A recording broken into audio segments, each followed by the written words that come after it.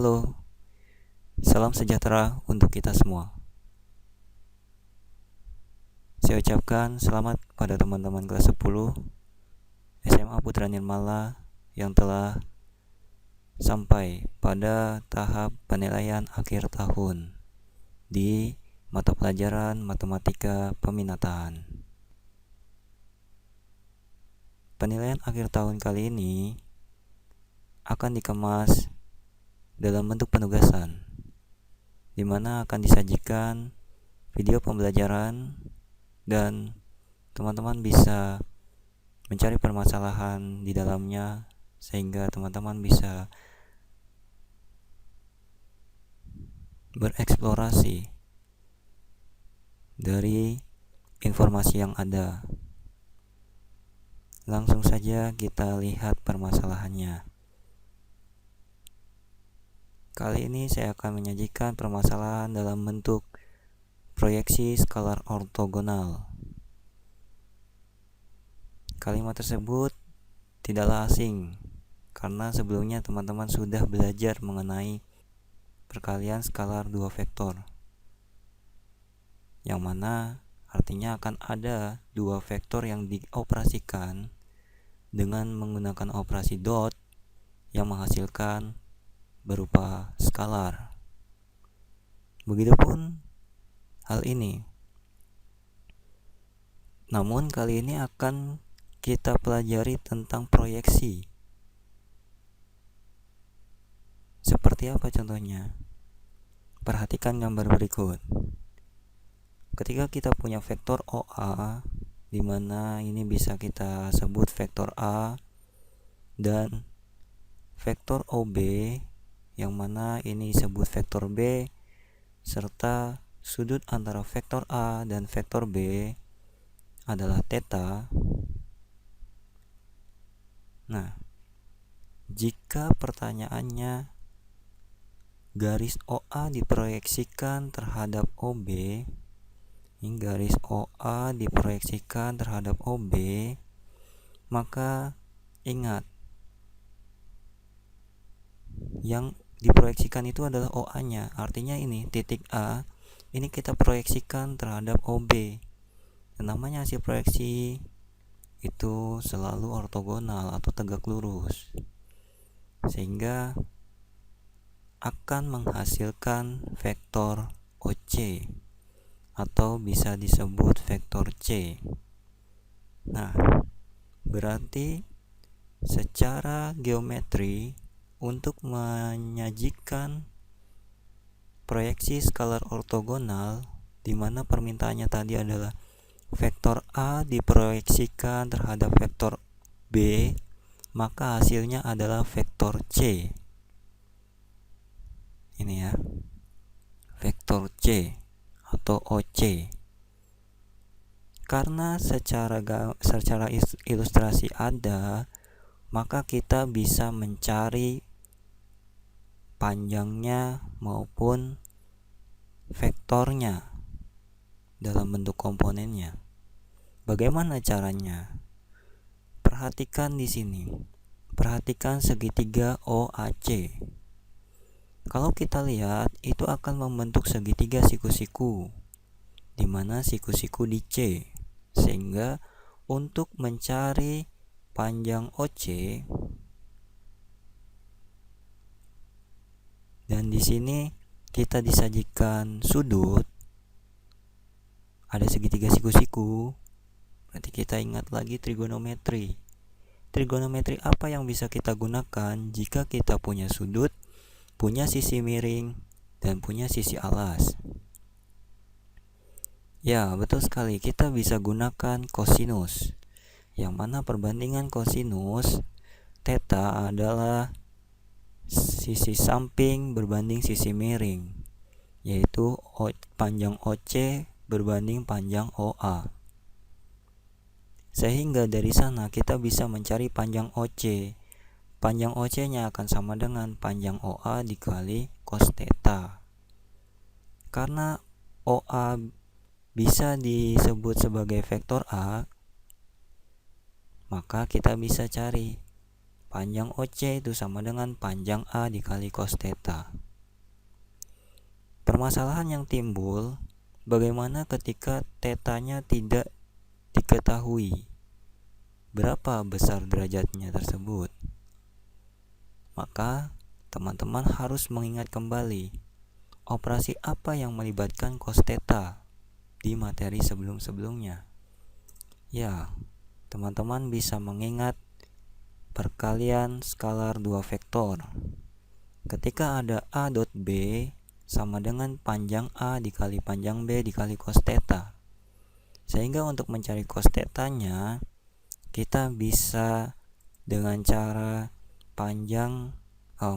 cos theta-nya akan sama dengan vektor A dot vektor B dibagi panjang vektor A dikali panjang vektor B.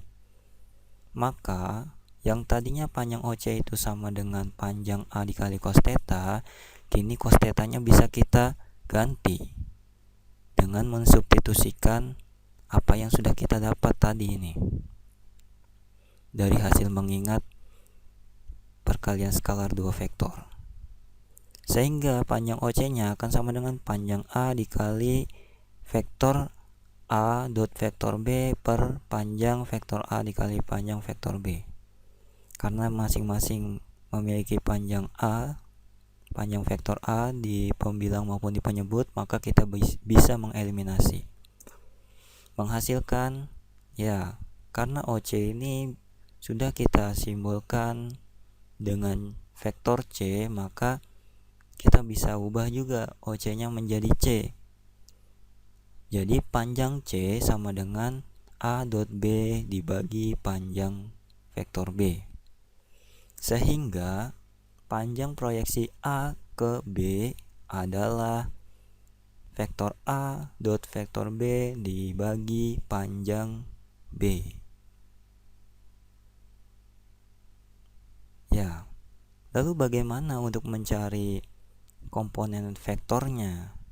Kalau kita lihat dari sini, hasil yang ini kalau kita pilih lagi, ini akan menghasilkan vektor A dikali B per panjang B, di mana kita tahu ketika ada vektor B dibagi panjang vektor B-nya merupakan vektor satuan dari B.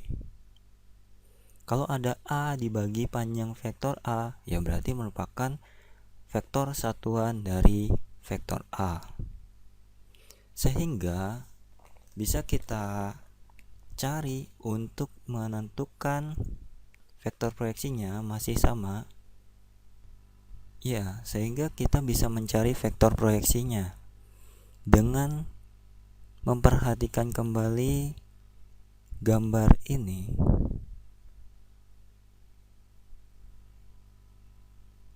Di mana vektor proyeksi A terhadap B adalah OC atau vektor C. Vektor proyeksi OC, kalau kita lihat ini vektor proyeksi OC itu berhimpit dengan vektor OB atau vektor B.